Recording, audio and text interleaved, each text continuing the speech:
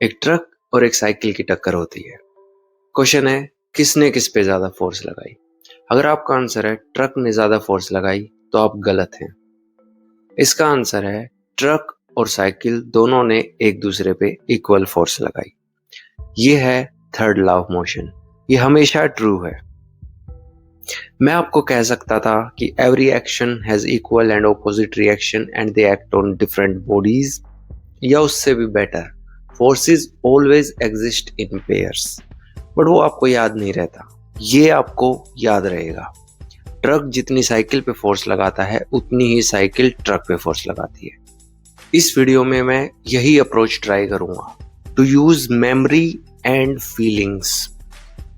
आपके मन में आया होगा कि साइकिल तो बहुत दूर जाकर गिरती है जबकि ट्रक को कुछ फर्क नहीं पड़ता, तो ऐसा कैसे हो सकता है दोनों इक्वल फोर्स लगाते हों? ये हमें लेके आता है सेकंड लॉ ऑफ मोशन पे। साइकिल का दूर जाना फोर्स नहीं बल्कि इफेक्ट है। सेकंड लॉ कहता है इफेक्ट या acceleration is equal to force divided by mass. यहाँ एक्सेलरेशन का मतलब स्पीड नहीं है बल्कि स्पीड का बढ़ते बढ़ते जाना या घटते घटते जाना है। आप एक बस में बैठे हैं, बस नॉर्मल चल रही है, वो एक्सेलरेशन नहीं है।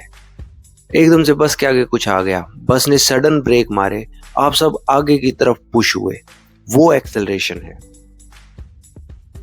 आप किसी झूले पे झूल रहे हैं और झूला नीचे जाता है तो आपके पेट में कुछ बटरफ्लाईज या ड्रॉप फील होता है, वो एक्सेलरेशन है। या बस या गाड़ी तेज स्पीड में टर्न करती है तो जो बाहर की तरफ पुश फील होता है, वो एक्सेलरेशन है। या फिर किसी तेज स्पीड में आ रहे ट्रक से आप टकरा जाओ तो जैसे साइकिल का हाल हुआ, वो एक्सेलरेशन है। तो ट्रक और साइकिल के केस पे ट्रक पे कोई इफेक्ट नहीं हुआ क्योंकि ट्रक का मास बहुत ज्यादा है, जबकि साइकिल पे बहुत इफेक्ट हुआ क्योंकि साइकिल का मास कम है।